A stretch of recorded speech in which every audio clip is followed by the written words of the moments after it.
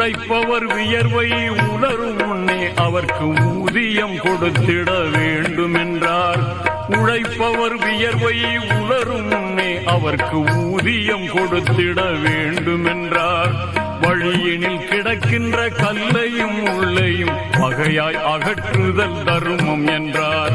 பக்கத்தில் வாழ்வோர் நலன்களுக்கு நீங்கள் அக்கறை காட்டுதல் கடமை என்றார். தக்கபடி உறவினர் உதவி செய்தால் அது திவ்ய வாழ்வினை தருதும் என்றார்.